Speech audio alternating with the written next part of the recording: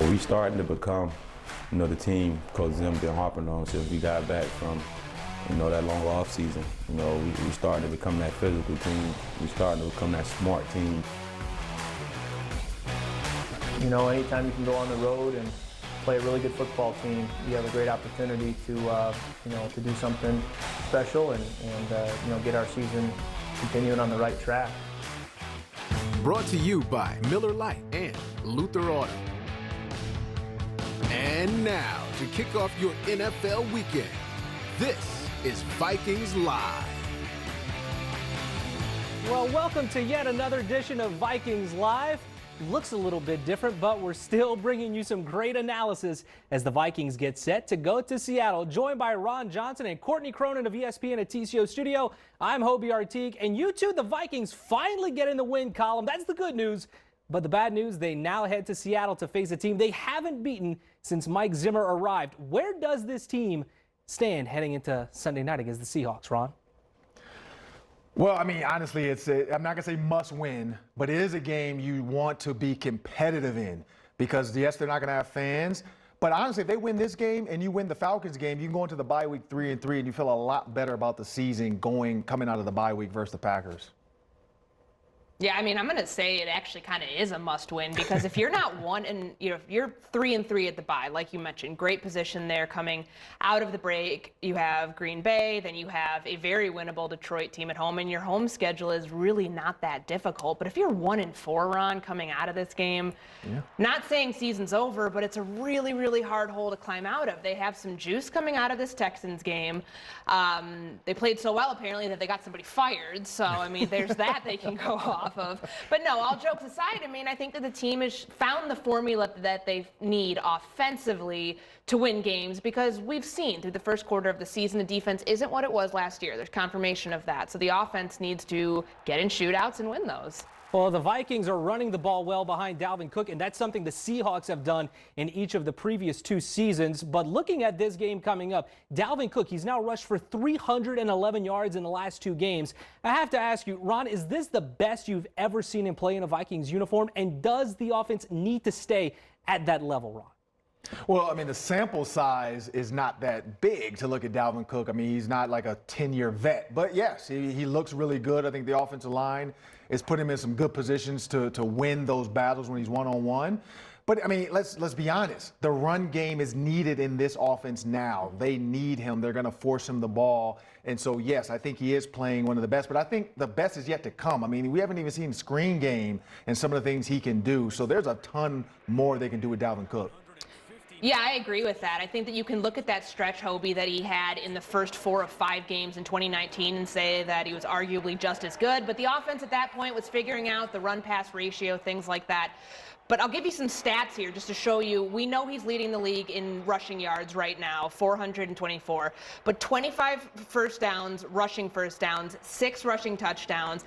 What's most impressive is the way that he's getting those yards. He's talked about Barry Sanders, how much he wants to kind of emulate his game, the elusive speed, setting up his blocks, things like that.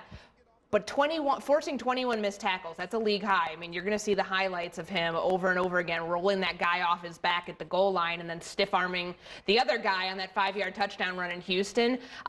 He likes to get his yards the hard way, which I think that he likes to earn them because he said he wants to be an all-around back. But right now, he is on pace for over 320 touches this season. That's a lot. So, I think that Mike Zimmer, in talking about managing some of his workload, being able to spell him when he needs it, obviously putting Alexander Mattison in for that final touchdown in Houston because Cook got a little shaken up on that 15-yard run. That was really critical.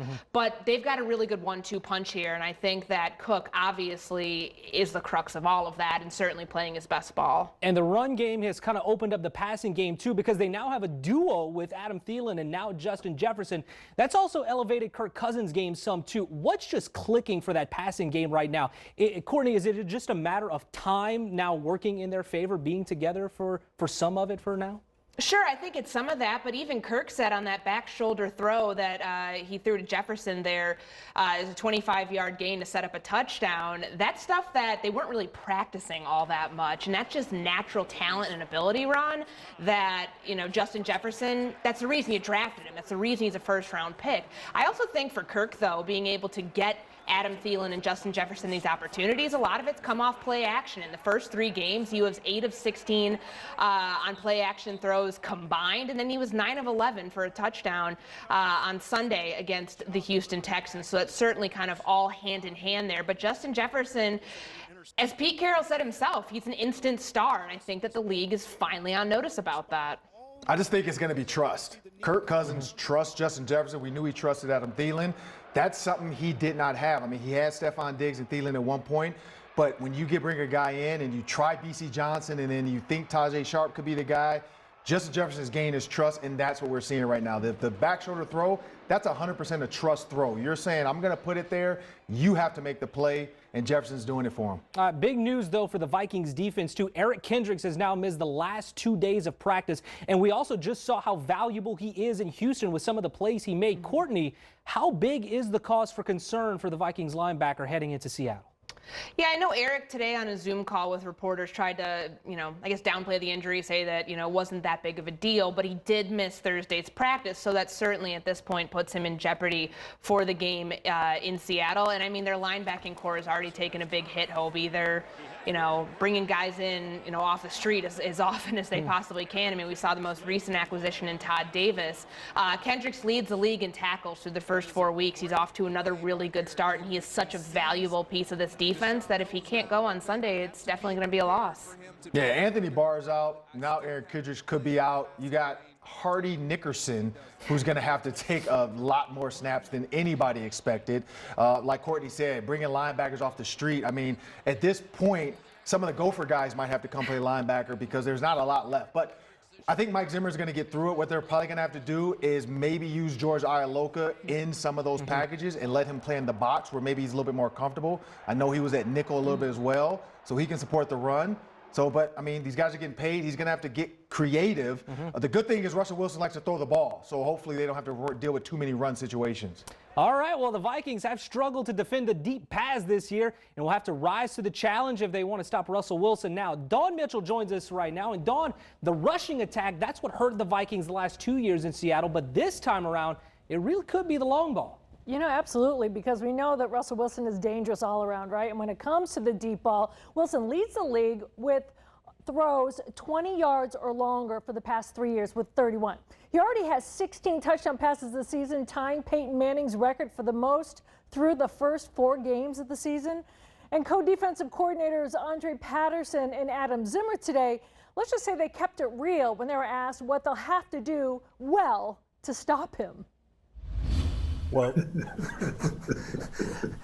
there's a lot of areas. I have to laugh at that question. He's good, man. Russell Wilson's already thrown 5 touchdowns in a game twice this year at home, and he looks to exploit the Vikings' struggles against the deep ball. In that regard, the Vikings have allowed teams to complete 12 of 19 for 444 yards and 3 touchdowns. I can't tell you a weakness, and you got to do the best job you can to try to keep him in the pocket, which is hard to do because he can make you miss.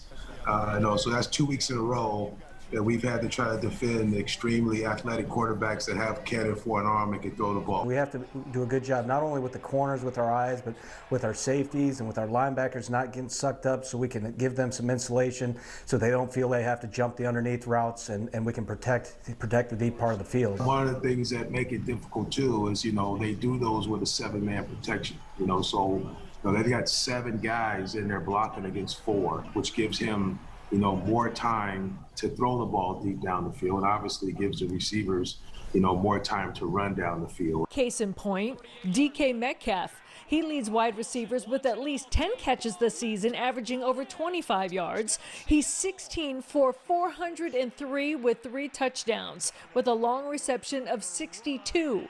So the question is, how do you stop the Wilson-Metcalf connection? Yeah, good question. you got to just do it, you know. They're both really good players, and especially when Russell gets out of the pocket, obviously, can make plays on the run. But that's a challenge that we face, and I'm excited for that challenge, and I know our young guys are as well. You know, it's only funny because it's true. Russell Wilson is that good. And if Eric Kendricks does not play, like Courtney and Ron both said, Hobie, it's going to be a very long evening for sure. Back to you. All right, Dawn, thank you very much. Well, for the Seahawks, Russell Wilson, he's really what's making that team go right now. You heard Dawn mention it's 16 passing touchdowns to lead the league, also a leading contender for MVP. Courtney, Seattle relying on Russ's arm much more than years past. Yeah. How much more dangerous will Russ be come Sunday? Man, all these puns. I feel like Dre and Adam up there, I'm just going to be laughing on set now when we talk about how to stop this guy. Like you mentioned, Hobie, the run-pass ratio is completely flipped from where it was in years past. They're actually letting Russ cook. What does that mean? They're allowing him to sling the ball around in ways that he just hasn't in previous years. What Adam Zimmer said was that 7-man protection, it's basically 7 versus 4 advantage Seahawks there because you're giving him the time that he needs to find his receivers down the field. And truthfully, he's got somebody at every single level, whether it's DK Metcalf, the deep threat that Dawn mentioned, Tyler Lockett, David Moore. I mean, he's got somebody to make every single throw, and that's just going to be something that you have to key in on with your defenders. The good thing about Russell, or the tough thing about Russell Wilson, is he spreads the ball around. He's not going to one guy or two guys. He has over 5 receivers with double-digit catches. He has 5 receivers with over 100 yards receiving. But if you look at Pat Mahomes, when he was an MVP in 2018, 1,200 yards passing, 14 touchdowns, 126 passer rating. Russell Wilson, 1,285, 75% completion, 16 touchdowns, and 136.7 passer rating. So he's on an MVP pace. How do you slow that down? You hold on to DK Metcalf and you pray he drops the ball. I mean, that's really going to be the tough question is who's going to, because you had Xavier Rhodes. You don't have that anymore. Who's going to stop DK? All right, we've talked about everything the Seahawks have. The one thing they're not going to have is a true home field advantage without the 12s. Ron, quickly, just how big of an advantage might it be for the Vikings not having those fans in that stands? Third down. We'll find out on third down. I think that's the key. Kirk won't have to deal with the loud noise. He'll be able to make his checks and calls, so that should be a huge advantage to the Vikings. All right, coming up next, the Players Spotlight, and this week's guest, a guy who has been in the spotlight for quite some time. Paul Allen catches up with tight end Kyle Rudolph when we return here on Vikings Live. You're watching Vikings Live. Brought to you by Miller Lite and Luther Auto. Well, Kirk Cousins has called Kyle Rudolph a big mattress, describing the way he feels comfortable throwing to the tight end. But the mattress has also been slept on by some critics in his 10-year career. Yet Rudy continues to contribute in a big way. For more with Kyle Rudolph, let's go to Paul Allen in this week's Player Spotlight. Yeah, I got you, Hobie. It is the Miller Lite Player Spotlight. I'm at TCO Studios, as is Kyle Rudolph, one of my very favorites with the Minnesota Vikings. How you been, bud?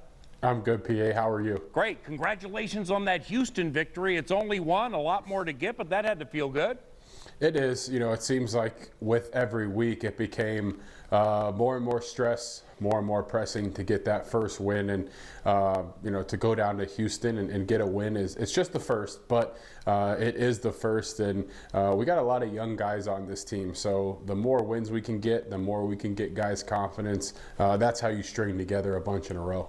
Are you even capable of making two-handed touchdown catches anymore? I would like to. But sometimes you just got to do what you got to do. And, you know, you watch that play and see the throw that Kirk was able to make with pressure in his face. And to be quite honest, as I was running the route, we had 2 linebackers on that side of the ball. I knew the ball was coming the whole time. And then when I came out of my break, I did not expect it to be where it was, but when you go back and watch the tape, you see why he had to throw it there. He made a great throw with pressure in his face. All right, well, in that Tennessee game, US Bank Stadium, the meat claws obviously super strong with that left hand, but it's not just that, man. It was at Dallas and at Seattle last year. So, I mean, at this stage of your career, is this like a new thing? What are you doing?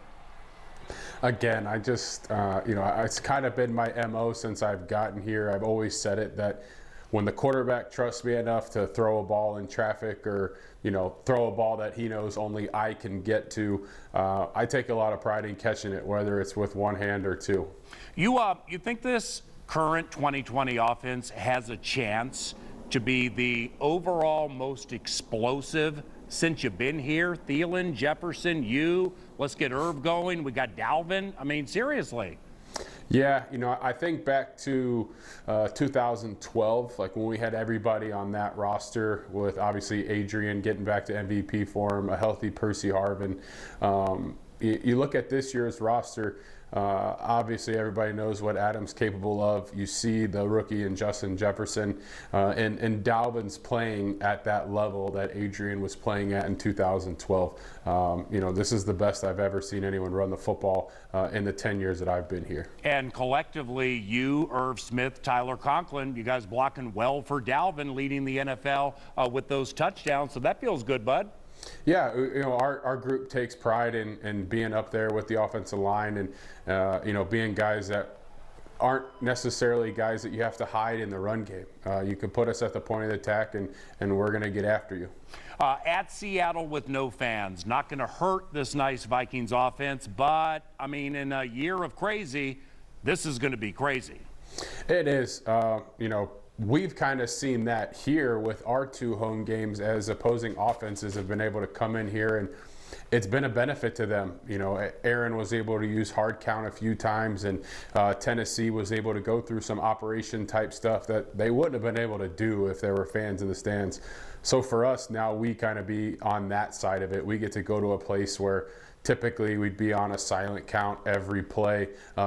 Communication would be at a premium, and now it'll be like a home game. Just with no fans, we can communicate with one another, and you don't have to worry about the 12th man.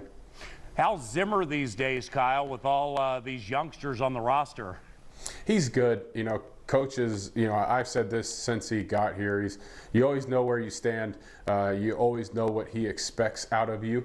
And for us, the first 3 weeks weren't good enough. But you see the way this team fights, the way this team never gives up.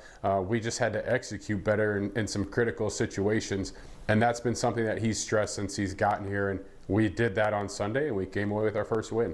All right, finally, Seattle, Sunday night football. Feels like you've gone against Bobby Wagner and KJ Wright about 100 times. Keys to the Vikings offense, scoring a bunch of points Sunday night. The big thing anytime you play against a Seattle defense, it's been their MO since Pete Carroll got there, and it's turnovers. They thrive on turnovers, and usually when they are positive in the turnover margin, they're winning football games. So it's important for us to take care of the football. All right, let's make the lucky number 2. 2 two-handed catches for touchdown Sunday night, all right? That sounds great. Thanks, bud. Yeah, thanks, PA. Kyle Rudolph, Miller Lite Player Spotlight. Hobie, back to you. All right, Courtney, Ron, the passing game, it's been wide receivers for the most part to this point of the season. Courtney, when do you think we'll see the tight ends really emerge and make a mark on this offense? Yeah, I think it takes some time, and we know that, I get a lot of questions about Irv Smith and people telling me that I'm wrecking their fantasy teams because I told them to get him on there early on when you were doing your draft, and now he hasn't done a whole lot. There's been some penalties. He hasn't had a whole ton of production, not a lot of balls thrown his way. I think that this is a position that obviously takes time to develop in the NFL, but you also have to realize Dalvin Cook, Justin Jefferson, Adam Thielen, 70% of the team's yards from scrimmage are going that way. So, there is only one football here. I think Kyle Rudolph's been doing a pretty decent job when he gets opportunities. I think to Courtney's point, Irv Smith, he's been a no-show. What do they need to do? I don't know if you can give him too much more on his plate, because if he's not grasping what they give him, it's probably tough to give him more. But I see him being a wide receiver number 3. He's an undersized, not a true blocking tight end, more of a pass tight end in space, as you see. The biggest thing I think is put him in the slot, let him motion, let him create mismatches, and see. If the box is loaded, pass it. If it's open, run it. So I think you can use him as a move guy. All right, coming up next, we give you a preview of Thursday Night Football and hear from Fox NFL rules analyst Mike Pereira and give you the Vikings' keys to victory in Seattle when we return here on Vikings Live. Welcome back to Vikings Live. Brought to you by Miller Lite and Luther Auto. You're looking live at Soldier Field. Yep, it's the Bears and the Bucks coming up right after Vikings Live on Fox 9. And for more on that Thursday night football game, we caught up with rules analyst for tonight, Mike Pereira. Well, we have a doozy on Thursday night football to kick things off here on Fox 9 between the Bucks and the Bears. And joining us to break it down tonight, Mike Pereira, NFL rules analyst for Fox, calling the action tonight. And Mike, a big game between two quarterbacks who met in the Super Bowl when it was here in Minneapolis. What are your overall thoughts heading into this game between these two teams? Well, I mean, my overall thoughts probably is that Philadelphia back in those days they were probably stronger than Chicago is now. And I think that maybe even Tom Brady is more energized than he was. Look at this has become now this year such an offensive league. And I don't mean like offensive, but there's a lot of offense. It's 51 points a game, and it's Brady throwing 5 touchdown passes last week to 5 different receivers. I mean, they're 3-1. Their opening loss to the Saints, I almost discount because Brady didn't have preseason with that club, the Bucks. They didn't have any training camp. So I think he's playing with the weapons that he has. He's playing at the top of his game. You look on the other side, though, with Chicago right now. They started the season with Mitchell Trubisky, won 3 straight games. Then Foles comes in. Where does Chicago go from here with a quarterback quandary, especially this early in the season? Well, to me, they made the commitment to go with Foles. They need to win now. I mean, Coach Nagy needs to win now. The club needs to win now. So they're thinking that Foles is their best option. To me, it's almost a real important game. Even though the Bears are 3-1, this is really a crucial game for them to win. All right, 2 teams that are 3-1 entering this Thursday night football game. Big question, who you got? I'm going the Bucks and Tom Brady. I'm thinking that he throws 3 more TDs, and I think the ability of the Bucks defense to swarm a little bit, I think it's Bucks all the way. All right, before we get to our Thursday night football preview, time for one last look ahead at the Vikings and Seahawks. Ron, your Vikings key to victory as they head to Seattle. Offensive tackles, when you look at this defense, we brought up Bobby Wagner, KJ Wright, guys, they are going to put pressure from all areas. They have to put the offensive tackles in a position to win, meaning don't give them specific plays. Let Dalvin have a 2-way goal on run plays, and then on pass plays, you got to mix the screen game in so those DNs cannot just come off the ball. Yeah, and I mean, the Seahawks are dropping back to pass the highest rate of Russell Wilson's career. It's 57%, and of course, he's doing wonders with that. 81% of his first down passes have been completed, so get pressure on him. Keep him in the pocket. You really have to you might have to send everybody there, Ron, to be able to keep Russell Wilson in the pocket and try. I mean, you can sack him. I mean, he is susceptible to that. So I'd definitely say keep the pressure up front. Yannick Ngakoue, this is a big chance to, earn another paycheck from the Vikings next season. This is a staple game for him, too. All right, quickly, who wins Thursday night football tonight? Bucks and Bears. I got the Bucks. I'm going with Antoine Winfield Jr. in the Bucks. Clean sweep. I'm going with the Bucks. Have you seen Tom Brady play lately? Have you? He's on my fantasy team, yes. That's your second fantasy football mention. I'm going to put you on the Ron Johnson quota like we did last season. I'm done with That's it for football. Vikings Live. We'll see you next week.